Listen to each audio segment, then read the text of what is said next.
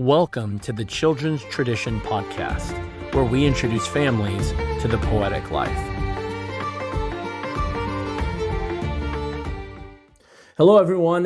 My name is Patrick Foss. I'm here with my wife, Amanda Foss, and we are joined by the Director of Marketing at the Circe Institute, Mr. Alec Bianco, a guy who I just love to bug and just to mess with. I love sending him random stuff because he's a great conversationalist. And he's actually, Amanda was just reminding us before we actually jumped on, our first repeated guest from the Wonder Years when you first had him on.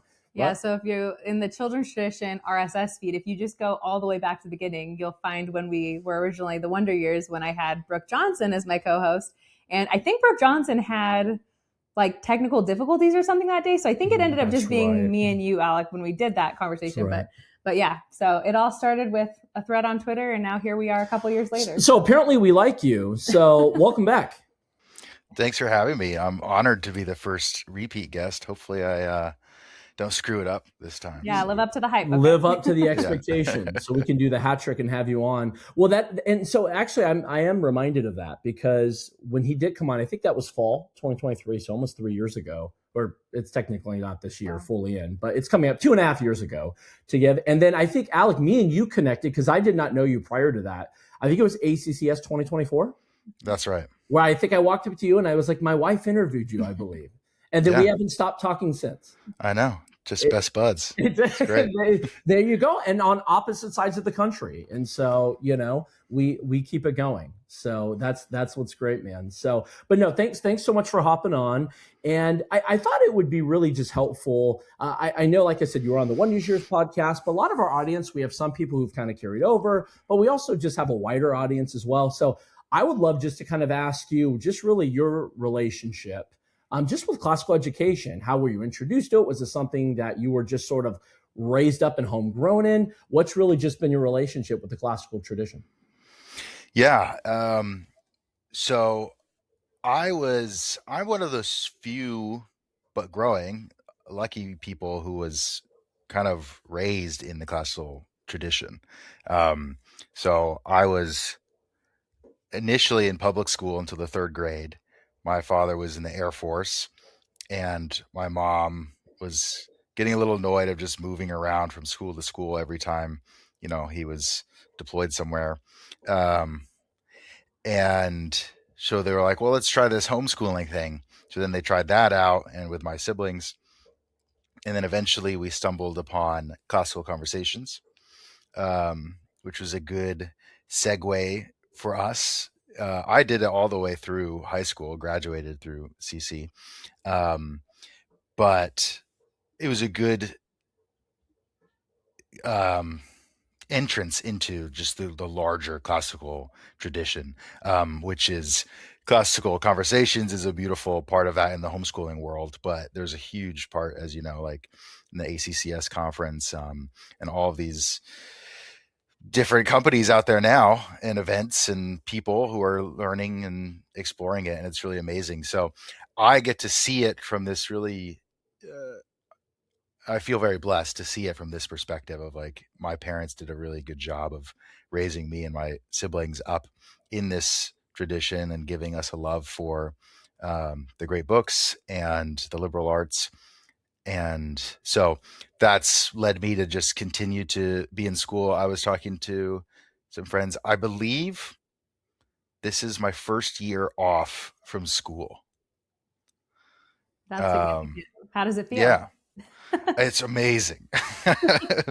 But it's been really amazing. So, homeschooling, I did a gap year program, went to St. John's College in Annapolis, Maryland. And then after that, joined the Circe Apprenticeship. And then after that, I did my master's, got my master's degree with an online program in theology. And then I had started a PhD program, and I was like, I need to stop and just take a break. So I remember you tell me about that. Well, yeah. So you, to kind of go back a little bit, so you said it was something you love. So was this something that you just always sort of received with open arms when it was presented to you, or was there ever any type of resistance to what was passed down to you? Yeah, it's a great question. And I think it's a really good question because I saw somebody posting about this a few weeks ago. it was a school. They were talking about how they assign a why we do classical education paper to their students in the classical school. And my wife and I were talking about this, and we thought, what's interesting is we both received a classical education, but it was just normal. Like there was nothing to resist because I didn't know what anything else was. Like I didn't think, oh, other people don't read the Odyssey. Other people don't, have Socratic dialogues with their dad. Like that's just normal. That was normal to me, and normal for my wife as well, and normal for our kids, thankfully.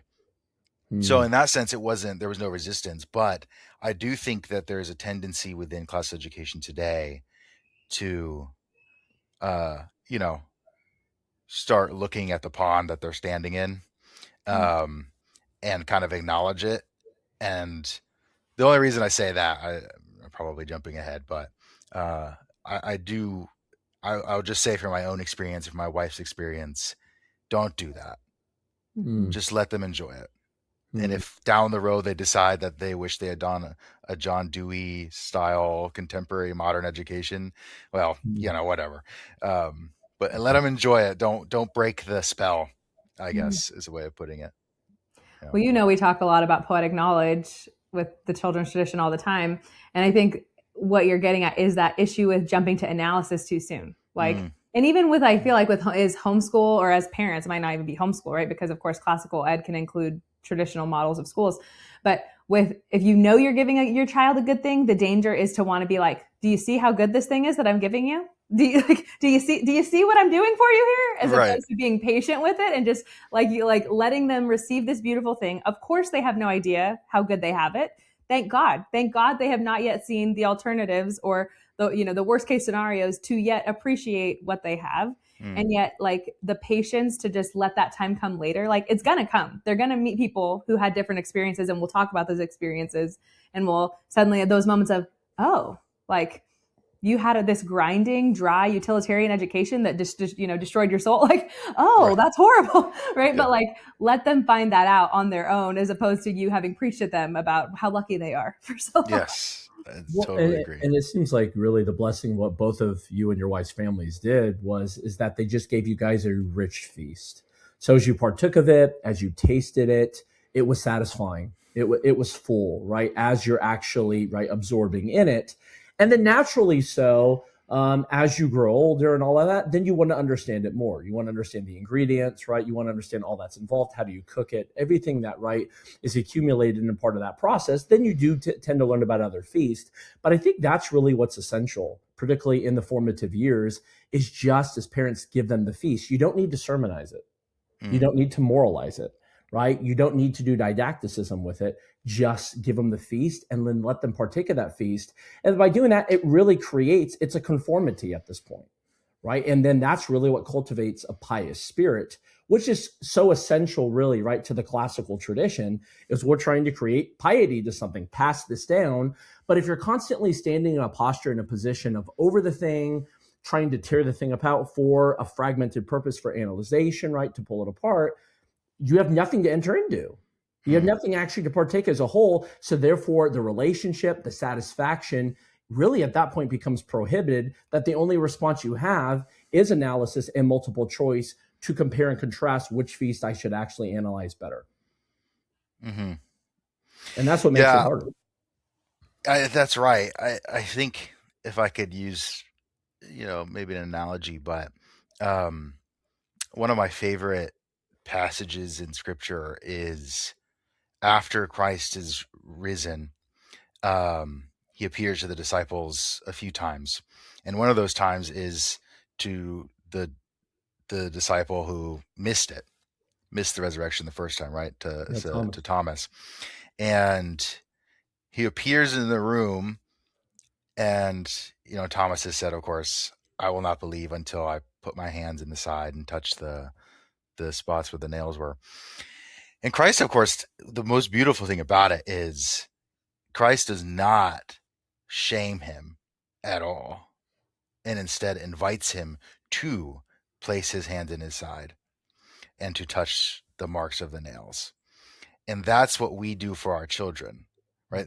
In the analogy, they cannot reason abstractly. They cannot um, engage with that level of analysis that a 50-year-old PhD might be able to. Instead, like Christ, to the simple, to the naive. Thomas was not an unbeliever, right?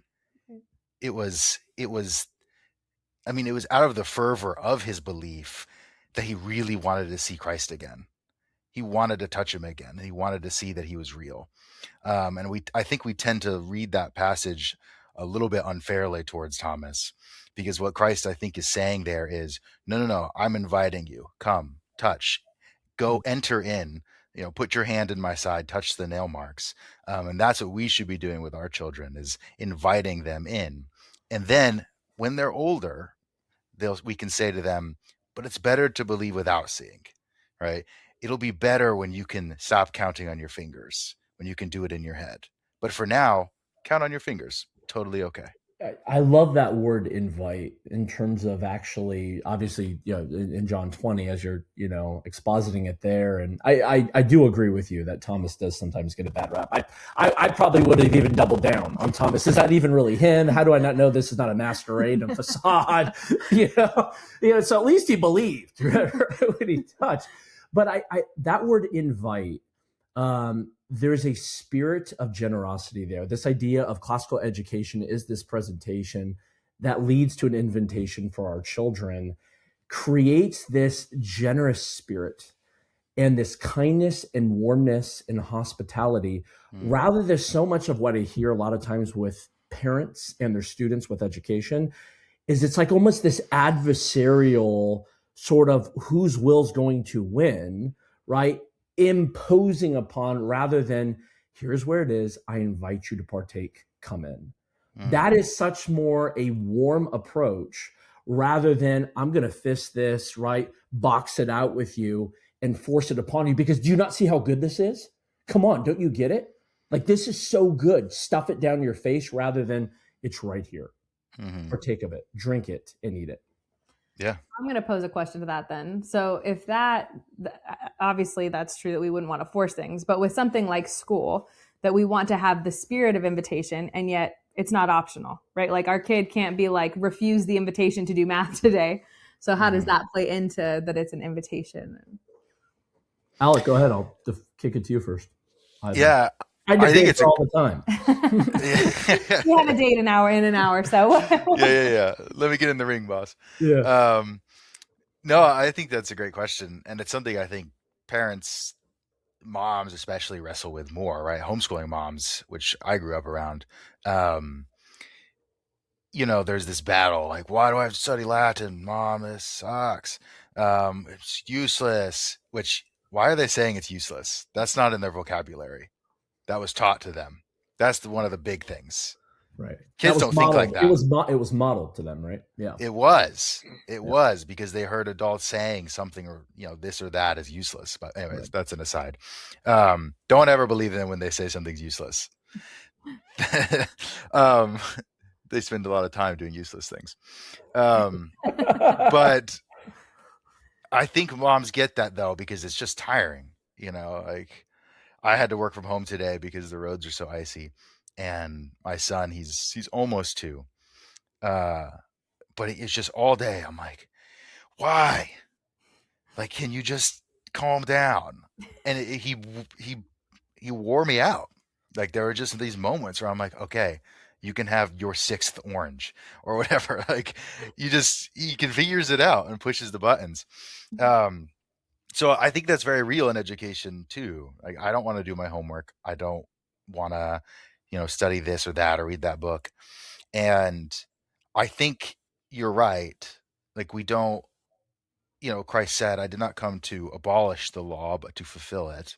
There is a sense in which it's perfectly legitimate to have the law, to say, these are the things that need to be done. And we cannot shirk those responsibilities, whether it's chores, whether it's your schoolwork, because ultimately the aim of education is to instill and cultivate wisdom and virtue. And virtue there, I think, is a really important point that we say, and then, well, how do we actually practice that? And that's where, when you really start to wrestle with that question, you're starting to shift from a books approach to education to an arts approach. Right. That's what we need in classical education. I think the movement at large is still growing in that. Like, how do we shift from, we're a great books program, the classics, to an actually we're studying the liberal arts. And I think it's when you start wrestling with that question of, well, how do I instill, say, the 4 cardinal virtues in my children? And so virtue of, the virtues of discipline and moderation are very difficult. And sometimes invitation can feel like a demand, like the women who did not prepare themselves in the parable, or the wedding guests who did not dress appropriately to enter the wedding party, right? Like, there's a lot of parables where Christ talks about these things where you are invited, you That's free Luke to come. 14. And there's Yep. consequences if you don't accept. There are consequences, and you have to prepare yourself very well. And I think that, so I don't know. I mean, maybe I'm skirting around your question. I agree with that. So I would say, I think it's a little bit of a false dichotomy that she's trying, and in the sense of this, invitation is not a negation of enforcement. Right. And so we are to invite, I'm saying our posture, right? Our presentation is in the sense of, here you go. At the same time, if my children are not receiving it in that way of an invite, I still need to enforce some type of boundary and show them the limits of reality and those patterns of reality that they still need to receive. However, I may be a little bit more creative and pragmatic about how they're going to receive that, rather than this toe to toe. I'm going to sort of, be a hockey player. You don't get it, drop the sticks and let's duke it out approach, 2 minutes in the penalty box kind of thing. I'm just saying, again, so that invitation model is there. And even as Christ presents it, right? If you don't receive it, right? Particularly, that's why I think of Luke 14. He also says, go out into the highways and let them know, here's what you're missing out on, right? And here's the reality that if you don't partake of this, this is actually what's going to be, right, depleted and deprived in your soul. So I think for us as parents, we have to find that creative way by still, yes, through that posture of invitation, but also being creative of how we actually enforce it. Well, I wonder too if this has to do with the difference of being a child versus being a man, being a woman. Like, part of youth and childhood is that your parents do have to hold you to a boundary and a standard, where of course we do that though with the expectation and knowledge that one day they will be a grown adult who will make their own choices. And that at that point we won't be there to force them to do what is right. But we're hoping that by holding them accountable to do what is good and do what is right each day, that we will have, paved the grooves of their mind and soul to make the path of virtue easier, so that when the day comes when they have to make the choice, that they will have the capacity to do so more easily, probably when they're younger. Yeah, I think that's right.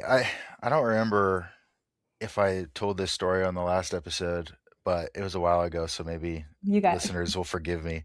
But I think to illustrate that point you just made, Amanda, I think it's really, really important. They will be adults. They will answer for themselves. And so what do we do to prepare them for that? I think, to me, that's the real question and the responsibility of the parent. Did you prepare your child to answer for him or herself? Him or herself, not his self, sorry. Did you prepare them for that? That's really difficult, in the sense that it's difficult to wrap our minds around. But we have a good God, and he's very generous. That's so true. And you know this because children have really short memories, which is so beautiful. Because if so do adults. This is true, but children, it blows my mind. I mean, it's so convicting how, like, my own children, I can be rude to them. I can harm them, or, I mean, like, I can sin against them. We can snap at them for sure. Yeah. And they don't hold grudges ever. Not No. once. It just it slides off. It means nothing to them. And I'm like, oh, that's what Jesus wants from us. Right. I wish I could do that. That is so true. But sorry, I'm getting distracted. I was going to go back to my story. So your point about preparing them was, I think one of the ways too that we can do this, and maybe this is what you were getting at, Patrick, is that we can't didactically just yell in their face over and over again. Here's the rule. Here's the rule. Here's the rule. If you don't do this, you won't get a good job, right? Like it's not going to land. It's not going to click very well. Sometimes, but not, I mean, sometimes you got to scream at them, like don't run into a street when the cars are driving, and that's okay. But sometimes you have to take this slow and steady approach. And, you know, there's a time when my 6-year-old daughter she had this problem. She was about 5 at the time. She had this problem with lying, just little fibs. But she had this problem with lying, and it was driving me and my wife nuts. Like, oh my gosh, why is she doing this? And it's just about like, sometimes it's little things, sometimes it's bad things, you know, try to get her sister in trouble, whatever. And I tried to talk to her about it so many times, and, you know, I was a good philosopher about it, and it didn't work, of course. She's like, okay, whatever. And then, because she doesn't really understand what's happening too. Like, she doesn't fully understand what a lie is with my, you know, decades of experiences to explain that. Right. Like, I know what a lie is. Does she? No. I mean, she's 6. She's hardly touched the grass. So instead, my wife calls me one time. I'm at work, and she's like, I'm done. She lied again.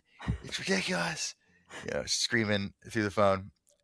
And I thought about it for a minute, and I was like, okay. She's like, I got to punish her. What do I do? And I was like, don't do anything. Don't say anything at all. And then now my wife's mad at me. She's like, what? This is unjust. I was like, I know. Just hear me out. We'll talk when I get home. So I get home, and I say, I think we need to just give her models of truth-telling or consequences of lying through stories. And let's just try it. It's like, it's been a couple weeks. This problem's not going away. I can snap at her all I want. We can punish her. It's not working. Let's try something new. So we try it. So we read the story, the Aesop's fable of the boy who cried wolf. And we read that just a couple times. It really wasn't a lot, just a few times. And we would do narration afterwards. So I wouldn't say the moral of the story. We would just read the story, the fable. And then we would ask her and her sister, you know, what's going on? What do you know from the story? What do you notice? And the first few times, you know, just little narrative points. But then by like the 3rd or 4th time, it clicked with her.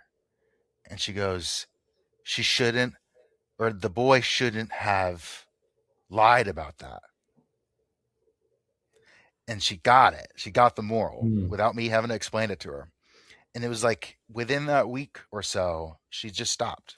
And to this day, I mean, there really hasn't been any issues with honesty.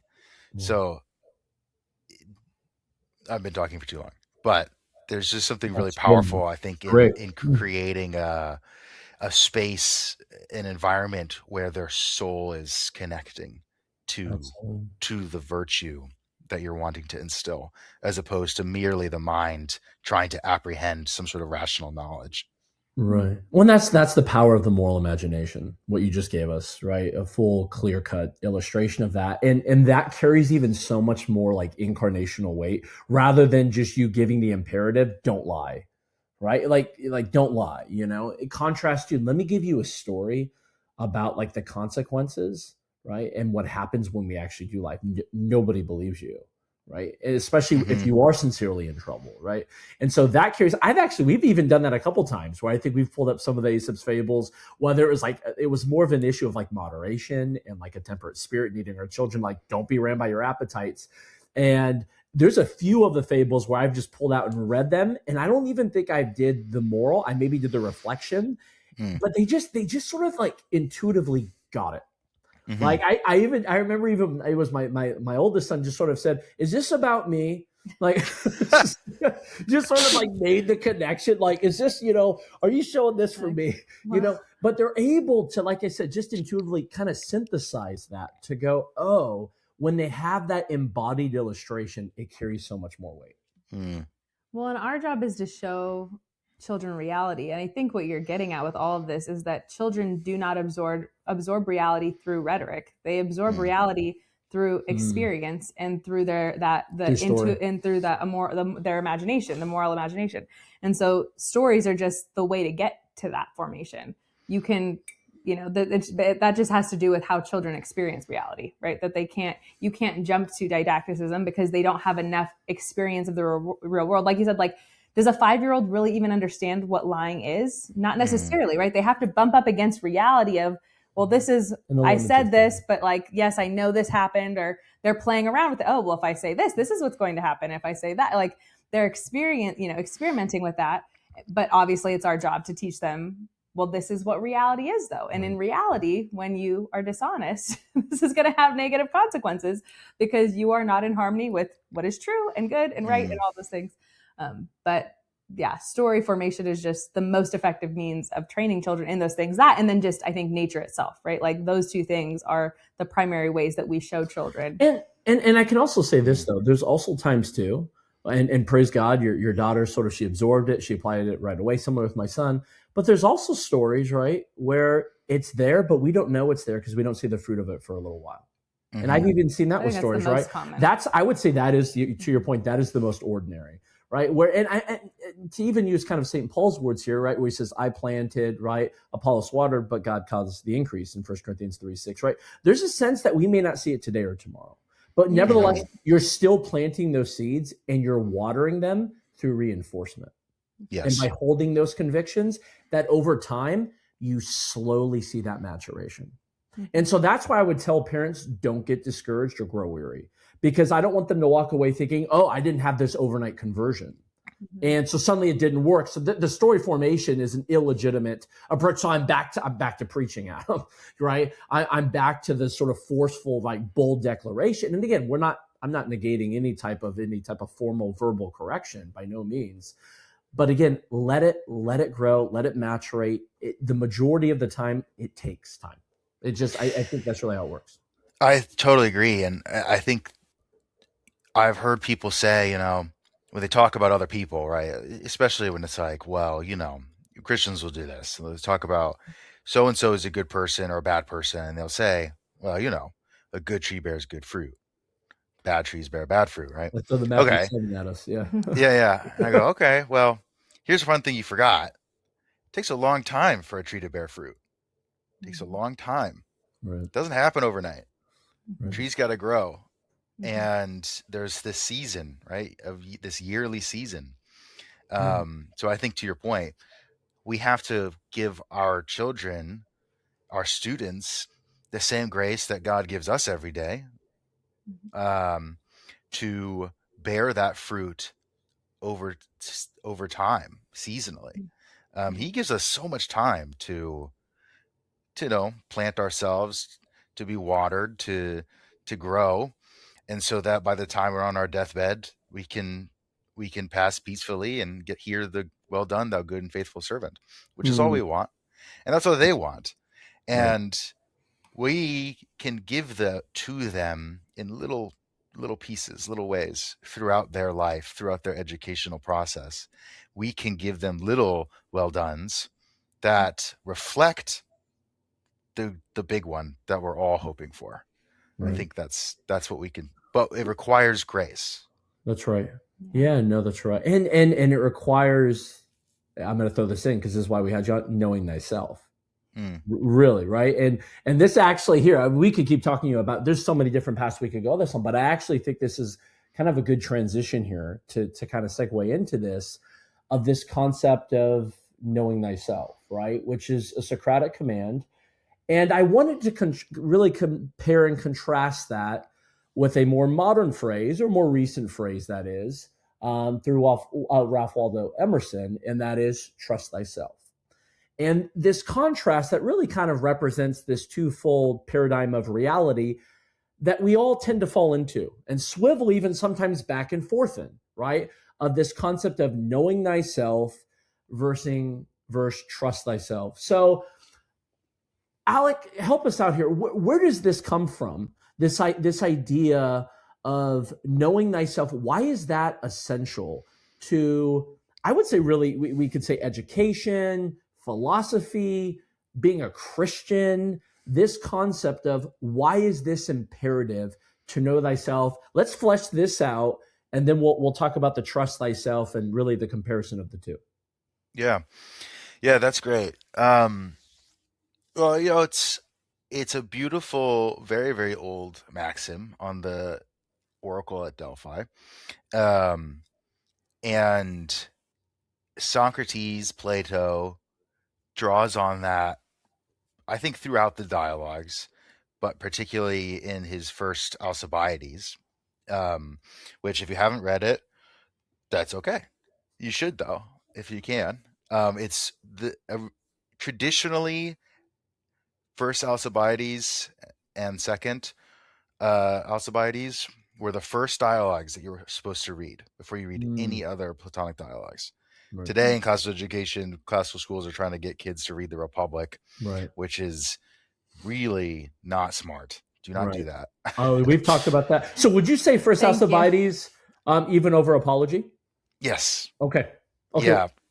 And the reason being that it is, especially first Alcibiades, is, but really both, and Alcibiades 2 is really short, but they are walking through who Socrates is and why he cares so much about the city of Athens, and particularly this figure of Alcibiades, who later becomes a mess. But it's the blueprint for education. And it kind of culminates in this maxim of know thyself, in which Socrates is Alcibiades is this young man, very beautiful, who's very, very aspirational to political power, and he wants political power for tyrannical means. He's very much seduced by this concept of tyranny. And what Socrates is trying to lovingly convince him of is that political power is about caring for other people's souls. And in order to do that, you must take care of your own soul. So if you want to have political power, you must be excellent. You must have sound mind. You must be virtuous. You must be just. So he's trying to convince Alcibiades of this. And he's saying, you have to, he makes this beautiful analogy towards the end where he says, if the eye is to behold itself, what should it do? It's Socrates, so there's a conversation. He goes, well, you should look in a mirror, right? Socrates says, yes, you should look in a mirror. Or you can look into another eye. And when you look into another eye and not some other part of the body, the eye can see itself, right? Not the arm or the leg. And when it looks into the pupil, it's seeing that which allows sight. In other words, it's seeing the best part of the eye. It's seeing the most important part. And the analogy is that the soul needs to see another soul in order to understand itself. And it must look even to the most important part of the soul, which is wisdom. And how do we do that? We can look at the gods and we can imitate them. And we can, by looking at a mentor, a teacher, the gods, but also a teacher, we can learn to know ourselves. And by knowing ourselves, we can understand that which we have and that which we lack. In other words, what virtues do we have and which virtues do we need to attain? So all that to say, that's what Socrates is trying to get at. And he's interpreting this Delphic maxim in that way, which was, I think, arguably not the way everybody in ancient Greece interpreted that maxim. That Socrates and Plato we're really introducing sort of a beautiful idea, that knowing yourself is not just, oh, what am I capable of? It's not just knowing your limits. That's a kind of a modern phrase that's thrown around, like know your limits, right? Which is a way of understanding this phrase. But I think he's getting at something far more poignant, which is that knowing thyself is to take care of your own soul. And it's not lost on Socrates that in order to take care of your soul, you cannot just proclaim that you're a good person or that you're a smart person. You can't not just believe it. You have to test it. You have to be assured of it. And you can test it by having a good teacher, somebody who is excellent and noble, help you see, be a reflection, a mirror for your own soul, which is a really, I'll just quickly say, maybe we can return to it, but is a really critical component of classical education, which we take directly from our Lord, which is the master and the disciple. That relationship is crucial. And we have to make sure that we understand that as teachers, we have to be excellent. Otherwise, we're no better than Alcibiades taking power for himself without ensuring that he is excellent and noble and virtuous first. Otherwise, you just bring your city to ruin, or your classroom, or your family. So, in other words, to know thyself would be to know your own nature, right? Know your own condition, know your own state, know your own mind, know your strengths, know your weaknesses, know even your own ignorance, to be aware of actually what you're ignorant of. Which it seems like, especially with Socrates, an apology, right? As he sort of does this examination to see if there is any wise man, right? And the immediate somebody makes the claim they know everything, he's like, you don't, because you're ignorant of what you don't even know. And so it seems like that this idea of knowing one's condition, one's nature is essential. Like you said, it's the blueprint for education. And if I tie that into the Christian tradition, that seems exactly what our Lord was doing. Particularly if I look at the Sermon on the Mount, the first thing the Lord doesn't say is seek first the kingdom of God and his righteousness. That comes later. That comes at the end of chapter 6. The first thing he presents to us is the Beatitudes. And in verse 3, he says, blessed are the poor in spirit, for theirs is the kingdom of heaven. Yes. So the first thing for the Beatitude is to recognize who you are. Know who you are. And before you can do anything else and embark on anything else, you need to understand that. Or I think of then Luke 18, the parable of the Pharisee and the tax collector. The Pharisee was blinded to his own condition, for he said, look at everything I've accomplished and done. Look how pious and holy I am. To the tax collector, just pleads for mercy and recognizes his need of a cleansing and a purification. So this seems like this really harmonizes and synthesizes even right within the Christian tradition as well. This concept of knowing who you are, which I would say even the saints teach on this, which is really a posture of humility. Yes. Yep. That's what I would love to ask. So that, like, in my mind, when I hear know thyself, I think of that as synonymous with humility, in terms of like the person who really knows themselves will have humility about, but I don't want to jump to say their limitations about what you said. So is it beyond that, or is that like a part of it, but it's not the whole thing? Or? Well, that's a good question. I like what you said earlier, Amanda. You said at one point, talking about teaching children that they need to be in harmony with reality. I think that's just spot on. And there are two, if your listeners are interested, two books I would recommend from the Church Fathers that really, I think, encapsulate this idea of knowing thyself. One is a really easy read. We're about to come into Lent. It's a perfect book for Lent. It's called The Dialogues by St. Gregory the Great. And it's long, but it's a page turner. He's just telling stories. He's telling stories of the saints and their virtues and their wisdom. And it's extraordinary. Mm. But what he was a Pope of Rome, in Italy a long time ago. So this is the lives of the early Italian saints. At the time, Italy was being just conquered by pagans and barbarians. He's writing 4th century, I'm pretty sure, right? Yeah, he was in the 600s, I believe. Oh, so no, I'm see. No, come on, That's a little too early. He's a little bit later than that, but yeah, Italy is just beset by um, barbarians, and he's just not happy to be a bishop. It's just too much work. The good ones never are.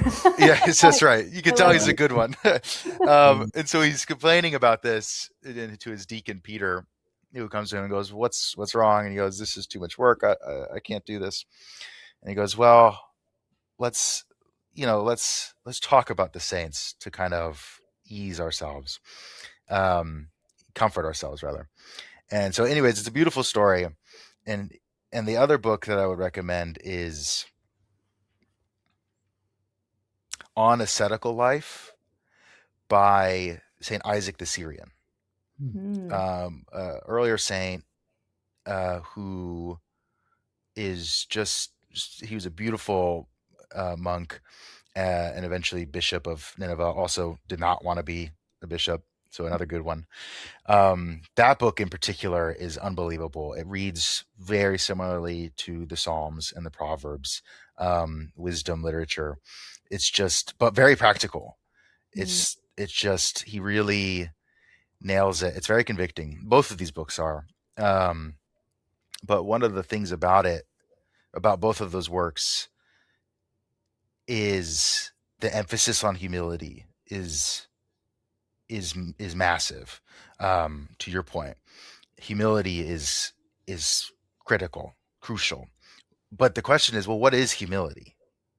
Because we think of it as today as meekness, Right. or Self pity, even in the form of self pity, self perhaps, flagellation, right? yes, self pity. Throwing yourself a pity party. Maybe that's like a Like crass way of doing But it. self-deprecating. I also think I even find it in other forms where it's actually very overdramatic. I'm terrible. It's like Yeah, I'm just I'm the just the worst. horrible, most horrible person to ever exist. Almost like this hyper dramatic form is what I even could see of it.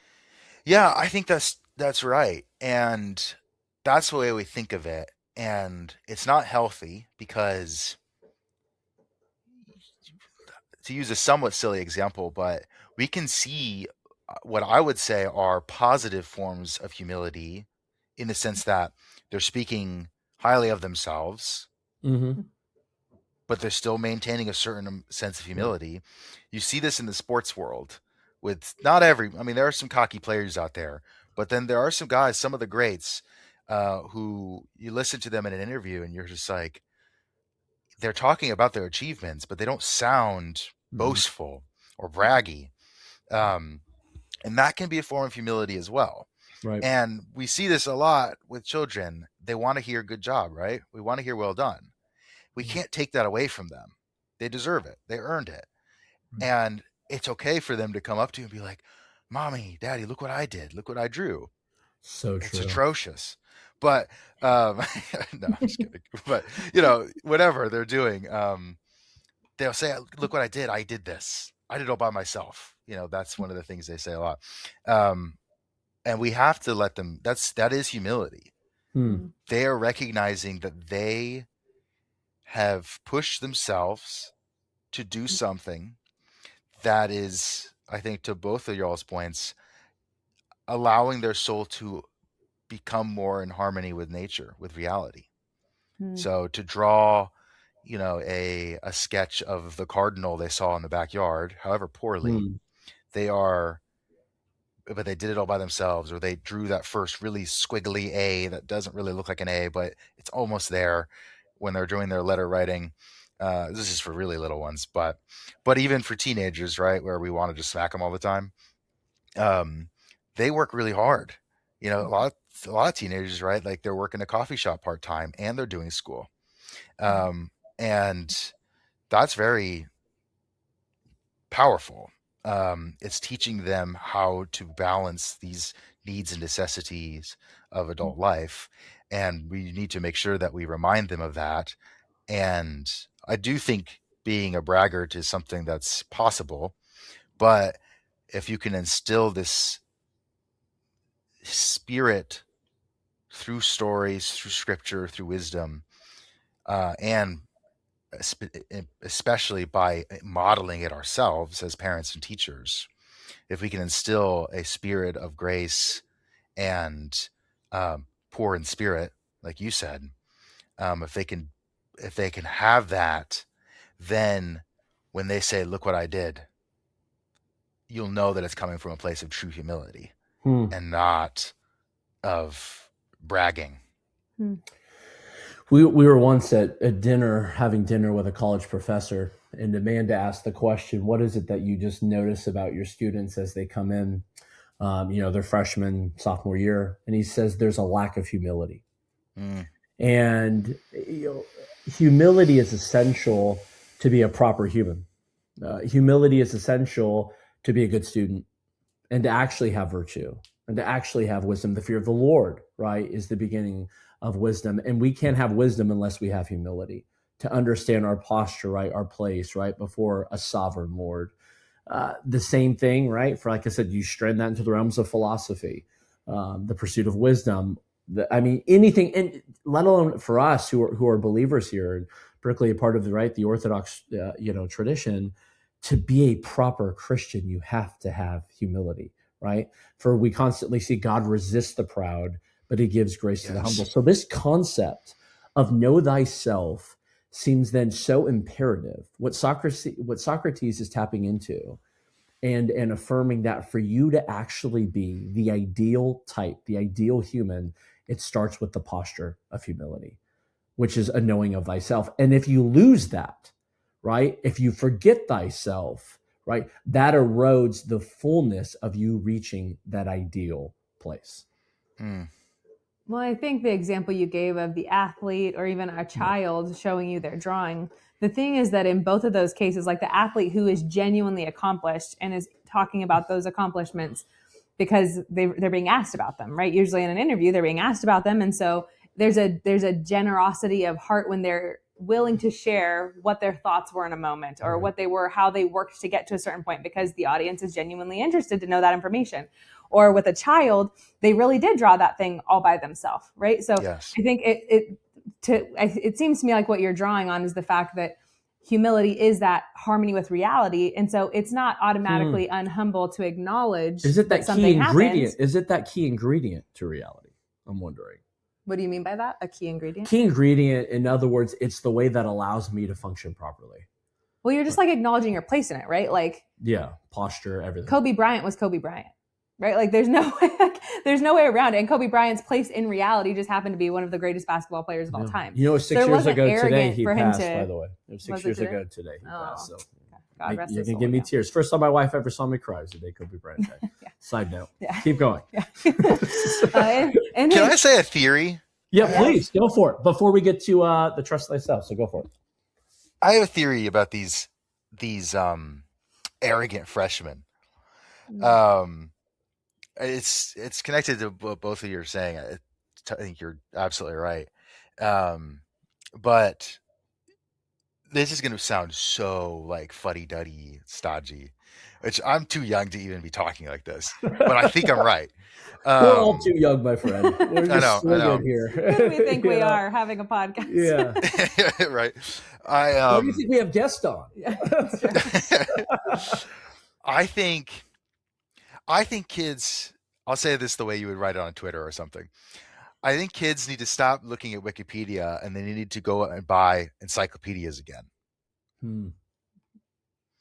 In other words, what I think has happened, and this is just because when I grew up, smartphones, I didn't have a smartphone until a lot later. And when my mom was homeschooling us, like I had to do it the old fashioned way. So we had the big encyclopedias and dictionaries. Like I would look up words in the dictionary and I would have to remember, like I learned alphabetical order because of that, because of having to flip through an actual dictionary. And I would look up these articles, encyclopedias, and which is, the beginning of understanding what it means to research something, right? Because if you can cross-reference that, which, at that age, I'm not doing that, but it is really the first step. And Wikipedia, or God forbid, the AI generated overview that Google gives you now. A lot of times it's wrong. Yeah. Well, and they don't understand what wrong means. Though. Yeah, Wikipedia too. Yeah. Woke Wikipedia. Just kidding. No, it is wrong, but also it's completely turned off their brains. Here's the answer. Yeah, it's I call it the Siri form of thinking. Yeah, I would hesitate to call it thinking. Yeah, good point. Yeah, I mean, we'll say parroting. It's really you're just being a parrot. Well, it's bizarre. It's automated. Like, I mean, they understand the concept of. I mean, I do it. Like, I look things up on my phone, or I've even had my kids say, "Dad, look that up on your phone." And every time they say that, I go, "Ugh," like, and I don't really know why, except that I think it's because I realized that kids don't grow up anymore wanting to be explorers because everything's already been explored. Yeah, we have all the answers. We have all the answers. Yeah, it's been digitized, and we've already received it. Yep. And ChatGPT will tell you. Yep. Everything's already been thought about. There's nothing new to understand. So they give you the blank stares, and they're a little bit arrogant. I don't think they're actually arrogant. I don't think they lack humility. I think they genuinely live in a world now that has told them, you don't have to think anymore. Yeah. It's all been figured out. Just trust us. And, type it into the AI bot. It will give you the right answer. And you don't even know how to understand what it means for it to have an incorrect answer because you never learned what it means to research something or to cross-reference something or anything like that. So I don't know. That's my theory, but I think there's something to it. I think you're right with that because in Poetic Knowledge, James Taylor talks about how humility is completely embedded with wonder, right? Because you can't have true philosophical wonder. You can't have that awe and reverence and really species of fear before the unknown. If you don't know things, right? Like you have to know you don't know to have wonder. That's how you experience that sensation. I wonder how this connects then to the thing we want to contrast know thyself with, and that is the trust thyself. And let's see if your theory can maybe harmonize with this a little bit as we just kind of flesh it out. So, okay, trust thyself, right? That comes out of, Ralph Waldo Emerson's essay, right? Self-Reliance. So he was a philosopher in 19th century, and his most famous, arguably his most famous essay is Self-Reliance. And to just kind of generalize this, right? His whole thesis, his whole point is that one's convictions, one's beliefs, one's sense of way of thought, one sense of way of life needs to be oriented towards the self rather than to the external thing. So everything's rooted internally. He mentions these ideas of like nonconformity is where our true strength lies, where conformity really is a weakness, conforming to society's expectations, public opinions. And he really goes after customs and traditions, particularly religious traditions, because he actually was a minister.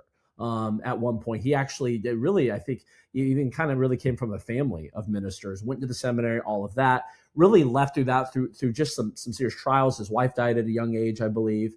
And eventually this sort of led him on this sort of a kind of epistemological sort of deconstruction of a Christian-centric worldview that led him to these conclusions that conformity really is the great illness. So our strength is within us. And in fact, he even has the term that imitation is suicide, right? And if we actually were to possess peace, look no further than yourself, right? So it really is this inward retreat to the self. That's actually right where we find ourselves. That's the purpose. That's the key. That's the authority. That's the authenticity.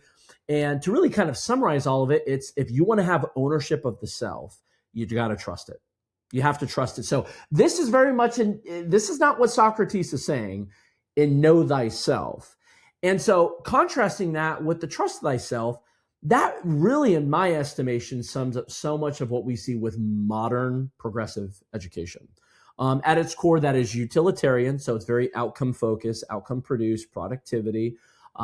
It's knowledge for sort of just kind of knowledge itself, but for more like vocational purposes.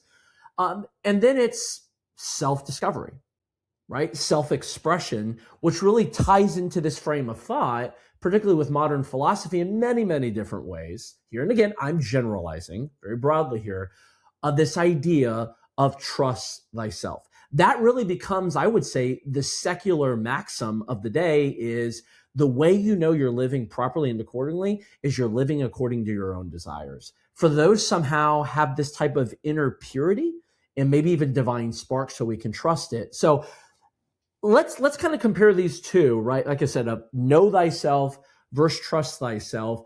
Is it accurate to say that trust thyself really, again, broadly speaking, generalizing here, summarizes how the modern, really, to just say the modern approach to education? Yeah, I think that's probably right. Although I would caveat it by saying I think it's shifting within the last few years, in particular. That, but yes, I do think that no, trust thyself is a good way of thinking about it. Yeah, I mean, this reliance, you know, self-reliance is such an interesting way of putting it, because when I hear that, I think I chop my own wood, I grow my own food, I, do whatever. Yeah, it's And not that. you're right. There's something admirable in that. Yeah. This is not But that. that This goes to the is, humble pride. That goes to the humble, the humility of one's own accomplishments. Again, with a humble disposition. That's not what he's saying. no. And I mean, to maybe use that analogy for a second, there's a great book, by, he was a conservationist and environmentalist here in the United States, Aldo Leopold, the Sand County Almanac. I'm gonna be honest, I haven't read the whole thing, just the first little bit of it, but he has this opening line, I think in second part, where he says that there are two spiritual dangers in not owning a farm. One is that you think that food comes from the grocery, and that warmth comes from the furnace. In other words, we don't understand where our food comes from, that it comes from an animal that's slaughtered or from plants that are grown out of the ground. And we don't understand that the warmth that warms our home, especially in this winter storm that's happening, does not come from an HVAC unit, truly. It comes from fire. And, we make fun of the ancient Greeks when they say the world is composed of 4 elements. It is. They were right. Mm-hmm. The thing that makes the heat, the furnace work, blow heat, is fire, just in a different form. Mm-hmm. I had a conversation with my daughters about this, because we were trying to understand why wood burns the way that it does and turns into ash. And we came to the conclusion that it's because inside of wood there is fire. Because how could like turn into unlike, right? They have to be composed of some similar element. Anyways, that's enough of our family philosophy. But but I think that there's something to that. Like we no longer understand, right? We've subjugated, or rather we've relegated actual thought, actual knowledge, away from the world and reality. We no longer want to harmonize with reality, and instead we want reality to harmonize to myself. Right. Well, like the teenager you were talking about. So in the trust thyself model, they might for a moment have, as we all do, right? We'll have a moment. What? Oh yeah. How does the furnace work? And they're going to sit there, they're going to grab their phone, they're going to Google it, they're going to get an answer, and they're going to go, oh. And then if it was ever come up in conversation, they will very confidently regurgitate some version of the answer that they had gotten from as if they got it from a more deeper, richer source.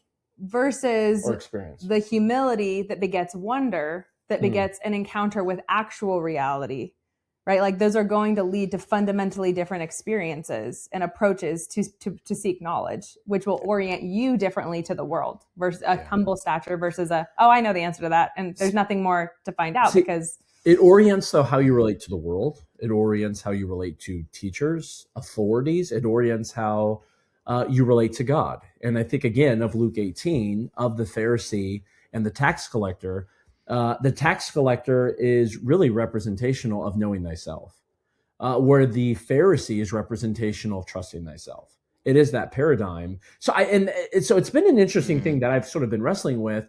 If we fail to know thyself, we're falling prey to this trusting thyself, which if we had to summarize, I guess in one word, at least how I would look at it, is the knowing thyself. Really, like the manifestation of that is a humble spirit, where the trusting of thyself really is the proud spirit. That's the proud man. That's the egotistical spirit. And you can't be a proper student. You can't be a proper learner. You can't be a proper philosopher. You can't be a proper human. Again, if you fall prey again to this concept of trusting thyself. So in other words, what Emerson, I would say, is trying to promote fundamentally, right, causes vice, not virtue. Mm-hmm. Yeah. And I think I would argue, and push back if I'm wrong on this, but I would argue that there's also a fundamental difference in opinion of what constitutes the self. Right. So when Socrates says, know thyself, what is that self he's referring to? And what is the self that Emerson's referring to? Right. And I bet they're not talking about the same kind of self. Right. I bet Emerson, I mean, he lived before this, but he's probably entering into that world that we are now fully immersed in, which is the self as some sort of amalgamation of flesh, blood, and feelings. The self is feelings, right? And thus identity has become the word of the day. Right. It's materialism with like some degree of self-consciousness, really, like sort of blended in, where Socrates did not have that type of perspective. No, I don't think he did. I think that's right. He's the self that Socrates is referring to is the soul. Both Aristotle and Plato, I think, fundamentally get this, that the soul is not merely just the animating factor of this fleshy body, this mortal coil, but also that which is. It's what makes us human, is the fact that we have souls. And in that sense, we are analogous to and reflect the image of God. So when we say, well, what is the image of God? Well, who's God? Right. I am.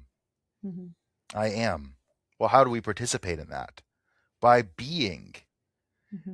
But we live in this becoming world. In other words, that's a philosophical term, but in other words, we're living in a constantly changing, constantly moving world. And so our minds and our feelings and our bodies and everything's changing. And we're always trying to wrap our minds around, our students are, especially children, are always trying to wrap their minds around something. And we need to anchor ourselves. So Emerson is saying, well, anchor yourself in yourself. To you. Anchor it. Trust your... Right. Yeah, trust your instincts, trust your thought. I think at one point he said in the essay early on, he says that it is shameful or a disgrace or something like that we don't trust that thought. Right. Oh, totally. Absolutely. Yeah, he scoffs at you if you don't. Yeah. Whereas I think Socrates is saying, no, you do need to turn your eyes in. Look at the soul, but the soul is not capable of viewing itself by itself. It needs something else in order to see. It needs something Whereas else to Emerson conform to. thinks you can just see it. Right. So would it be accurate to say that Socrates recognizes we need to conform to a transcendent ideal, right? Something higher than ourself, that in other words, that we have to then morph and transform into to be the ideal soul, to be the virtuous soul. And Eberron's saying, no, well, that soul is already you. So just actually retreat inward and double down on the self, right? Because it's already there. Yeah, I think so. And I think what Socrates would really say is your soul already participates in the good. Your soul already participates in something greater than yourself. You have to, like you said, conform to it. You have to participate in it. Well, didn't what you say was that with Alcibiades specifically, he was saying that the way that participation was going to happen was through looking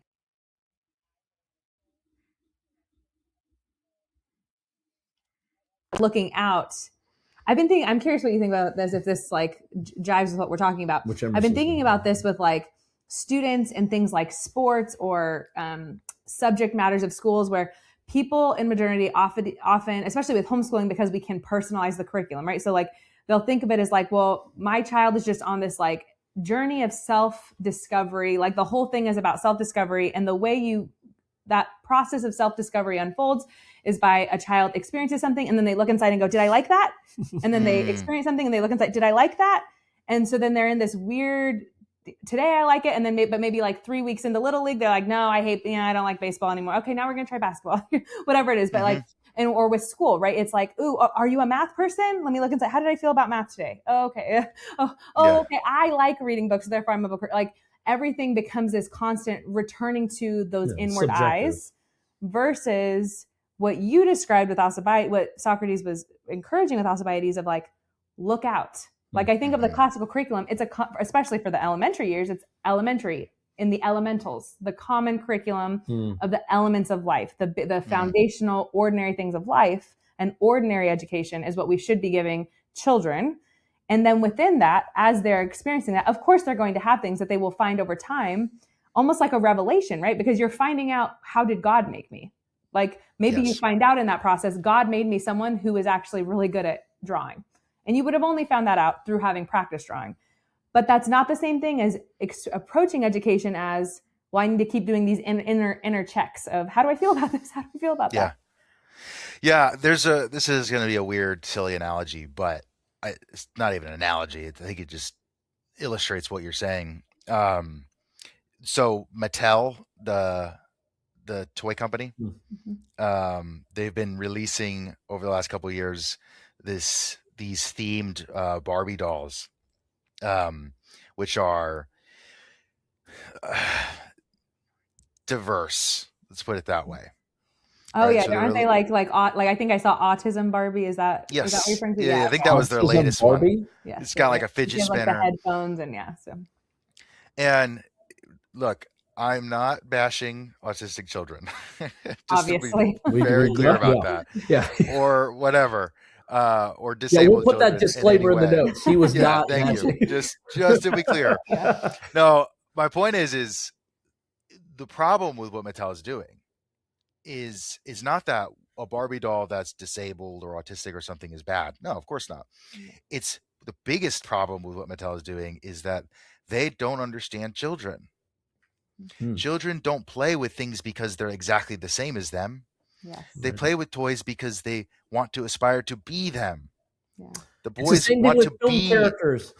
Yes, they want to be a cowboy or a knight or Batman. Yep. And girls want to be princesses, and they want to be mothers, and they want to be Elsa. Or horses or animals, right? Like it goes even beyond people. Yeah. Like, they want to be all of the things.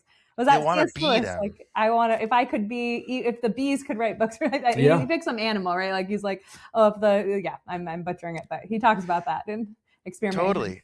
It's because we're narcissists and we look at our children and assume they are too.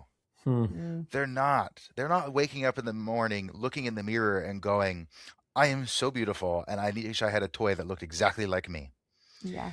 That's not how children operate. They're actually righteous, pious, and believe it or not, very faithful. we are the sinners, we're the broken ones who think that if my world doesn't accord with what I want exactly, then there's a problem. And so it's the executives who are telling on themselves over at Mattel when they make toys like that. Yeah. Children love, you know, without any, what's the word I'm looking for? They're just, I mean, they're unhindered, right? I mean, Yeah. there's no, they're because their eyes aren't on themselves. That's Right. the thing that I remember reading an article a couple of years ago that was really interesting because it was talking about parents, the type of parenting styles that are constantly calling upon children to evaluate their emotions. Like, oh, how do you feel about this? How do you feel about that? Versus like directing them, like in terms of like, oh, look at this, or we're going to go to, like, focusing on the actions of what they were going to do in the day versus asking children how they felt about things all day long.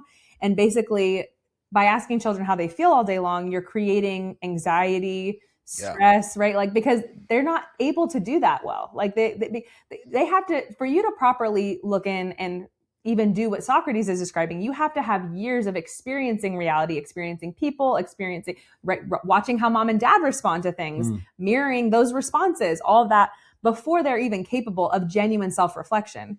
And so then so then when you put children in this place where we're demanding that they self-reflect at 5 years old, it's just actually wrecks them. And again, we've talked about know thyself and how that ties to being a good student, but know thyself is essential to being a good teacher. As a parent, right? You can't actually discern that and reflect that well if you also don't know thyself to be able to implement those same things. And that's the problem with Mattel. They don't know thyself, right? They're completely, it's actually interesting, but even as I think about Emerson's self-reliance, I think he would actually scoff at Mattel because he would say, actually, that's a form of imitation, right?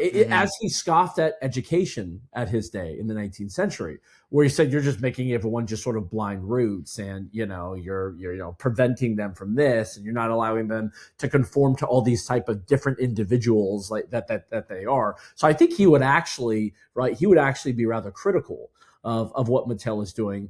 And so that's just sort of the bland thought and sort of, I would say, just this side of forced diversity. Again, I would say it's biblical to have genuine diversity, but that's just sort of forced diversity.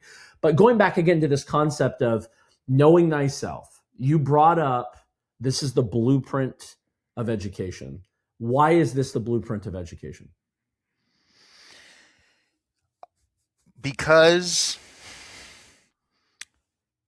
you brought up the Beatitudes, and I'm so glad you did, because one of my favorite verses in the entire world is in there, and I think it summarizes education and the Christian life perfectly, which is, blessed are the peacemakers, for they shall be called sons of God.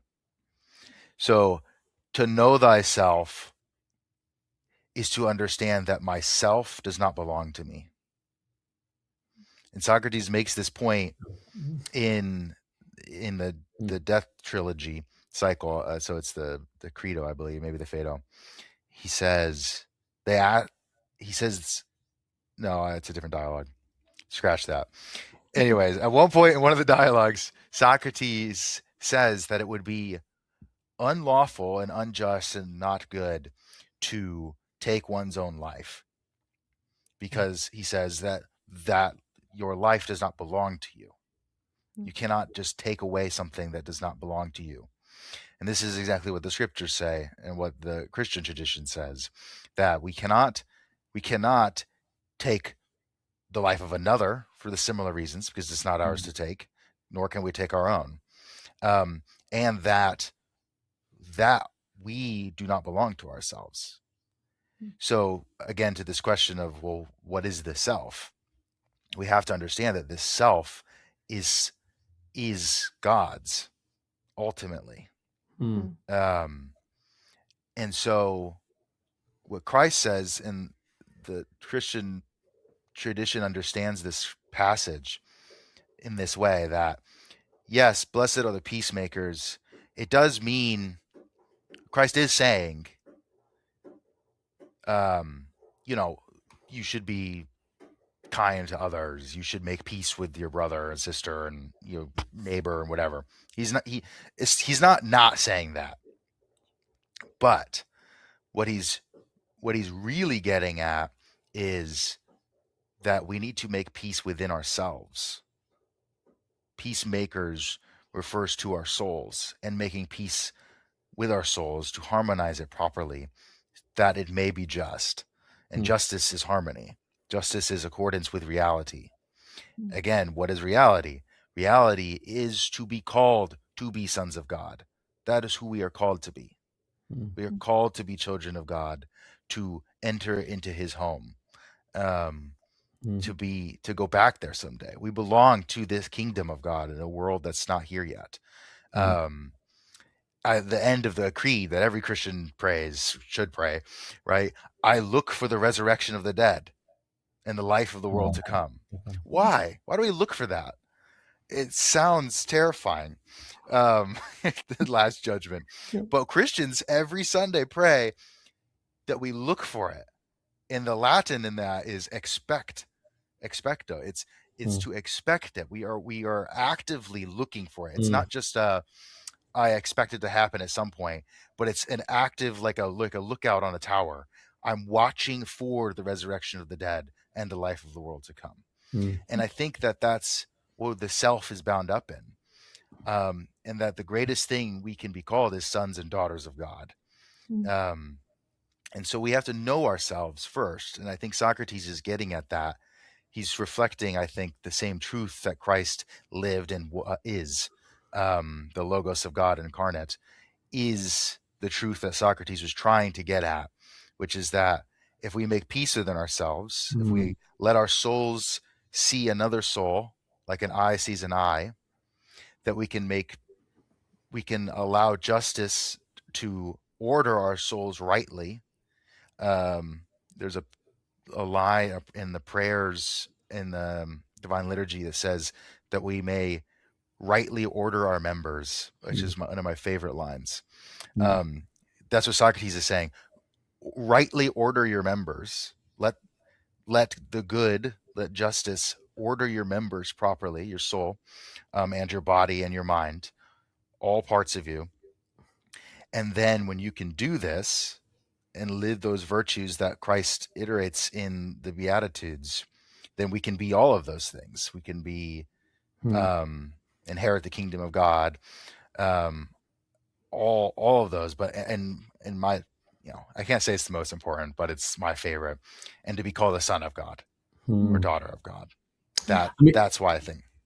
Yeah, it's beautiful. I mean, that's what St. Paul says in 1 Corinthians 6, you are not your own, for you were bought at a price. Therefore, glorify God in your body and your spirit, which are God's. If what we can teach our children and our students, they are not their own, they belong to another, they belong to God himself. And then therefore, that itself creates piety, because now we recognize we have a stewardship. And that responsibility of being a faithful and good steward means I conform to those realities and those responsibilities. Rather, I'm my own dude. I'm off on the sidelines, self-reliance. It's me and myself. Contrast to, no, I conform to something higher because that's what's true and that's what's proper. That's who I really am. Yeah. I think if I could recommend 3 more books. Please do. Most people have already read be perfect anyways. As we close. That's perfect.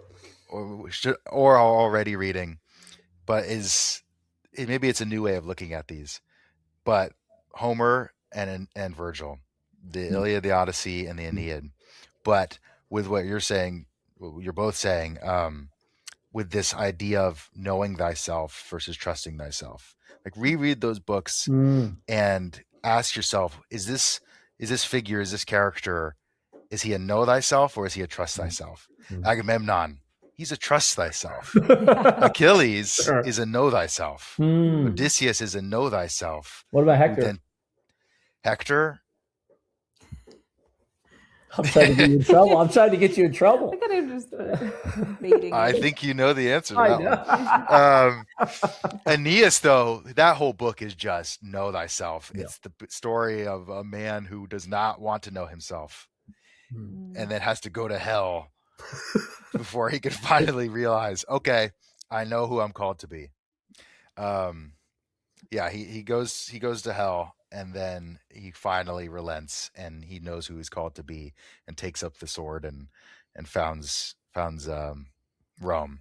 But yeah, it's so beautiful. I think I'm really glad to be able to talk about that, wrestle with those two questions, or No, that that question and those ideas, I, because it's I mean, well, that's why it's fun to have you on, because it's always, as you and I talk, quite oftenly, or I'm just sending you stuff, and I think I even talked to you about this probably, I don't know, the last November, October. I said I've been toying on this. Let's talk about it. And you're always game. You're just like, yeah, let's do it. Let's go for it. And so I think, oh, were you gonna say something? Oh, I was just, there's just so much there with everything that everything you said, in terms of, like, I'm just thinking with what you, going back to the beginning of with Alcibiades and what kind of political leader he was going to be. There's so much for us in this as educators that we need to be thinking about, and parents, right? Am I being the type of parent who is basically trusting myself, leaning on my own understanding, having a mentality that ultimately is then setting a model to my children to do the same? Because our children are not at the age where they're self-reflective. So they're not going to know thyself really properly yet, right? That's not something that is even the proper expectation for them in childhood, but that we are preparing them through imitation, trying to be the kind of example in the home that shows them humility, teaches them the path of humility, so that when the age of reason comes later, that they will be prepared to know themselves properly and ordered, and just so much good stuff you shared. So thank you. Well, Alec, I think you passed the test the second time, so I guess that means you'll have to come on the third time. That's right. And I'm gonna be with you this summer, not at ACCS, but I will be there at Circe. Yeah. Oh, great! Annual conference. I'm coming. Yeah, man, that's gonna be the best. Not ACCS this year, but I will at least be there. So, before we close, where can people just find more of your work and what you're up to? Yeah. Well, thank you both for being on here. It's such a joy. It's always fun to talk about these things with true believers, classical education believers. So always a lot of fun. But yeah, I mean, if you want to, I don't post as much anymore, but I'm on Twitter as my main place, Alec Bianco. Occasionally I do. It's the people I follow that you should follow. That's it. But otherwise, please check out the Circe Institute. We are a classical education nonprofit that's been around really since the beginning of the classical education movement here in the United States. We publish books, we do online courses and webinars. We have a teacher training program.